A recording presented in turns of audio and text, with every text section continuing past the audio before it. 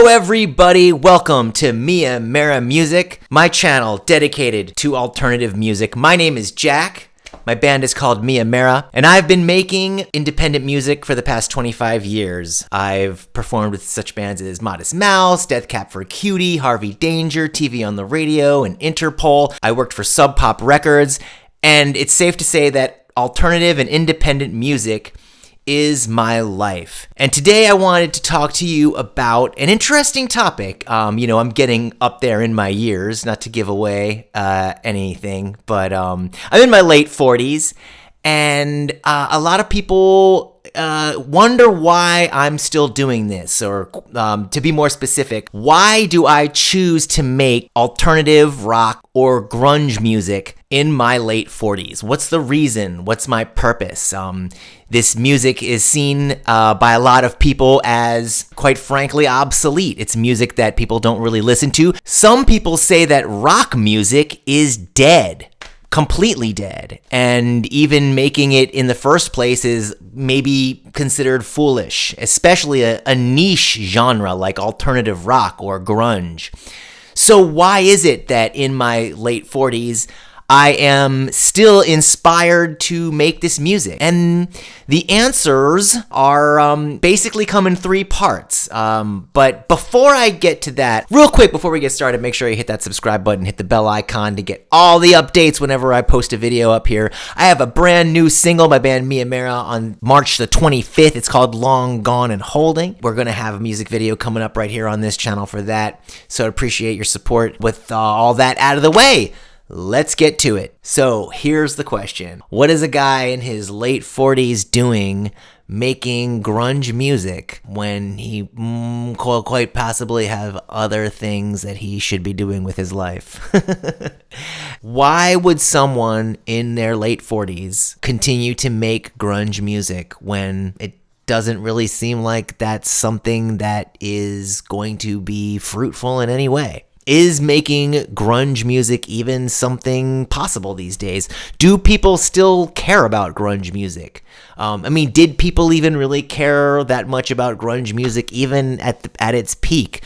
When you look at it, grunge music really wasn't around for very long. The lifespan of grunge was pretty short. In fact, it probably was around longer before it got popular than after it got popular, because around Seattle and the Pacific Northwest, grunge music was already a thing in the late 80s and really early 90s. Before Nirvana became big, it was already kind of, getting this underground support from independent record stores and fanzines and college radio stations. And it was this whole underground scene where you had bands, all kinds of bands that predated grunge music, like Black Flag and the Descendants, and you had Fugazi, you had Sonic Youth, Dinosaur Jr., The Replacements, the Butthole Surfers, all these bands, Big Black, all these bands exist. The Melvins, they predated Nirvana by quite a few years.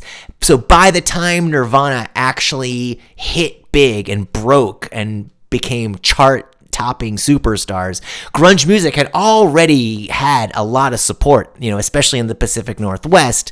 So when that happened, and it became commercial, and the major labels came swarming in and trying to sign up all these bands, after that, the lifespan was actually much shorter, because it got burned out, it got overexposed, people got tired of it, and eventually grunge sort of, it died off. And after people realized, hey, we can't really make money off of a music that's based in authenticity, where you wear flannel shirts and ripped jeans. It's much easier to market something like Britney Spears or the Backstreet Boys or the Spice Girls, when you can dress someone up in a fancy outfit, and fashion is much more, high end, and you can sell that. That's much more of a commodity than, something that's just something that you can basically make in your basement.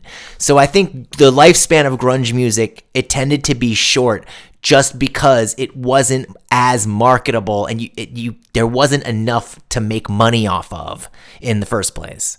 grunge music basically died out and gave way to the boy bands and the Britney Spears and the Christina Aguilera. And they're not taking anything away from those bands. Those bands were, all those acts are very, very talented. They can all sing really well. And those songs, are, they speak for themselves. There's, they still get played all the time. And, but it lacked a little bit in substance. You know what I mean? It was basically just for purchase. It was for commercial purposes.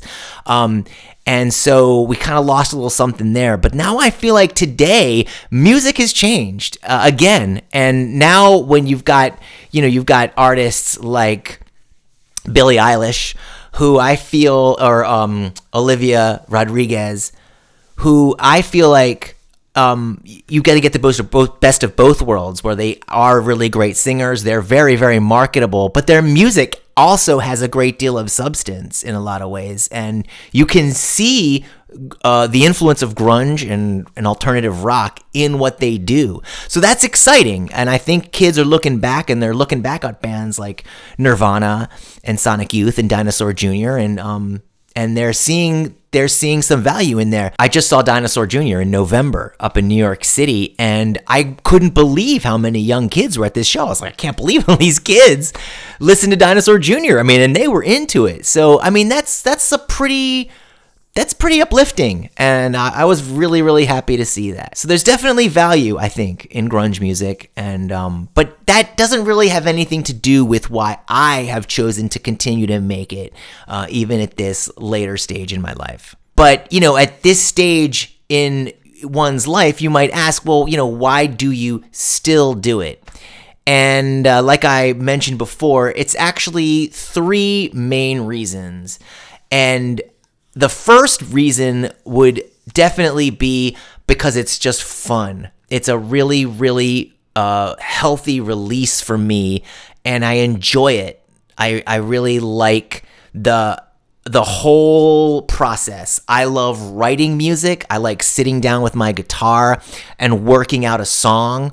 I like trying to come up with the lyrics and rewriting lyrics and getting the lyrics exactly how I want them. I find that to be a very, very rewarding process, and something that, takes some time to get better at. And I think that over the past few decades, that's something that I enjoy. I enjoy coming up with the right lyrics to explain what I'm trying to say. I love chord progressions and trying to make a song as simple and as catchy as I can while still making it, in it something interesting to listen to. I also love recording. I love home recording. This is my studio right here in my home. This is where I record, and I've enjoyed the process of learning how to record in my home and learning how to use Pro Tools and getting gear, and back when I started making music, that wasn't a thing. You had to pretty much go into a studio, and you needed to get an engineer, somebody like we were lucky enough to work with an engineer named John Goodmanson, and he was, when we were working with him, he was pretty in demand. He'd worked with Harvey Danger, he worked with Blonde Redhead, he worked with Slater Kinney, Goodness. He was a really busy guy, and we managed to, through some friends, we were playing some shows with some friends, and he saw us play, and we got to work with John Goodmanson, and he went in the studio, and he made us sound like $1 million. And that's kind of how you had to go about doing things back then. We were just really lucky. But now that is not the case. Now anybody can do it. You can do it at home with your own studio, with your own software and your own gear, and you can do it pretty affordably. You just get some microphones and you're ready to go. So recording has been a really, really fun part of the process for me these days. And also, not that I've got a chance to do it over the last couple years because of, this worldwide health crisis that we've had, but I really love performing. Performing live is, I would say that was probably my first passion. So getting in front of an audience and playing music, I don't care if it's a room full of people. I don't care if it's just the bartender. I love to play music for people. It's cathartic. And let me tell you something. As anyone who's ever been in a band will tell you, if you can play to a bartender, and if that bartender likes your band, you've done something, because bartenders hear a lot of bands. So if you impress the bartender, then you done good. Just one of the little things I've learned over the years. So I just love that entire process. I do it because it's fun, and I think that it's a part of me, and it always will be. So that's reason number one. I make grunge music because it's fun. Number two. The number two reason is a really important one that I didn't realize until a little bit later in life, and that is making this music heals me. I can get really in my own head sometimes, and I can be a harsh critic of myself and my life. And, some of us, as we get older in our years, maybe we aren't happy with the way things turned out, or we can be hard on ourselves, or we can blame ourselves. We can be filled with guilt or shame, or even worse, regret. And these are emotions that are horrible because they're just so low. There's nothing you can do about them. And I find that music is an excellent way to help me forget about these things, get them out of my head, get out of my own head, and play the music that is going to make me feel good when I listen to it, And I mean, when I say music heals me, I don't just mean my music. I mean all music. Putting on a record can just take the pain away. Listening to the radio in the car, being in the car and hearing a new song on the radio and saying, who is that band? And finding out who that band is. That's an awesome feeling. I love that. Or hearing an old one, an old song that you love. Like that. I'm lucky to be here in Baltimore, where we have WTMD, which is an amazing radio station. If you guys check it out, if you're not in the Baltimore area, you can catch them online. WTMD, Total Music Discovery. It's a great radio station for discovering new music and listening to some classic, especially if you're into the alternative music that I love. So that's great. And also going and seeing a live band play, that can just really, since we've been able to go back now and clubs have reopened and I've been able to go back and see live music, it has been amazing. I've gotten to see some great bands. I saw Soul Asylum. I saw Local H. I saw The War on Drugs. I saw Washed Out. All these shows it just felt like it was bliss after going, 2 years without seeing anything, I never thought I'd feel that way again. So that helps heal me. Making and playing my own music also, it makes me feel better. It tends to cure that mental illness that can sometimes just take over your head and get you out of that and give you a different outlook on life. And if I can do that for me, then maybe my music might do that for someone else. And I would think that would be the biggest reward possible. If I could help someone else feel better, brighten their day just a little bit, and help them get through their lives. If my music does that for you or anyone, I really can't think of a better reward or a better reason or a better purpose for making music. So number two, this music heals me, and I'm hoping that it can maybe heal someone else as well. And number three is this music, it comes to me. And I don't mean to say this in a dismissive sort of way. I don't mean to sound sarcastic. I don't mean to sound like I'm bragging. But the music just comes to me. Sometimes I'll just wake up in the morning with a song in my head, lyrics and everything. That to me it's a blessing, and I also feel like it's a gift, to be given this music and have it, whether it's any good or not, whether anybody else likes it or not, it's been given to me for a reason. I feel like not doing something with that, not taking that gift and creating something with it and giving it back to the world, giving it back to the universe, I feel like that would be disrespectful when, when music comes to you the way it comes to me, so kind of effortlessly and naturally. I really feel like that's my job. My job is to give it back. And, I feel like, our desires and our passions like that, whether it's music or whether it's writing or whether it's creating, painting or making art or whatever it is, whatever it is you love to do, photography, stand-up comedy, if that's your passion and that's really what burns inside of you and that's what you desire to do, I feel like that is your inner compass. That's what points you in the right direction and tells you where to go. Because, life doesn't come with an instruction manual. You know what I mean? So we're kind of just doing this on the fly, and we learn as we go. And the older we get, the more we know to follow our heart and trust what our heart is telling us. Our heart is our compass, and it always points true north. So that would be the third reason I make music, is it comes to me.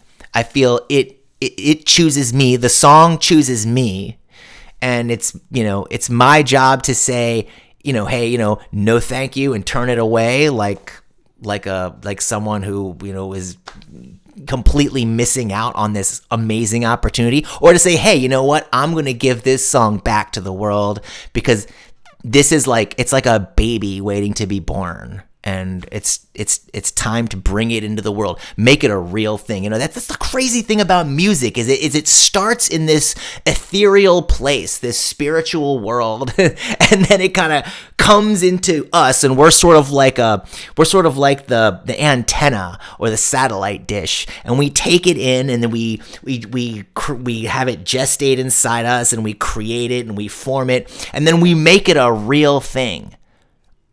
A real three-dimensional object in the case of if you make an actual vinyl record or a CD, it's actually you actually make a real thing out of it, and then you give it to the world. And I mean, that's a beautiful thing. That is what I think. That's why we're here. I really do. Let me know what you guys think. Why do you guys make music? Why do you create what you create? Whatever it is, whatever art, whatever your passion is. Why is it? What is it that burns inside of you? What's your motivation? What's your purpose? And do you feel that helps you? Do you feel that having a purpose is something that helps spurn you on and keep you going? Leave a comment below and let me know. Also, I would really appreciate it, guys, if you would go ahead and subscribe to my channel here, and give me a little boost of support in that regard, because it helps keep me going, helps keep my channel going. We have a brand new single coming out on March 25th. It's called Long Gone and Holding. If you guys like grunge music, alternative rock, that Seattle sound, you might be into it. I'm gonna make a music video. It's all gonna be right on here on this channel. And go out there and make some music, make your art, and follow your passion. Thanks for joining me, and I'll talk to you again soon. Bye.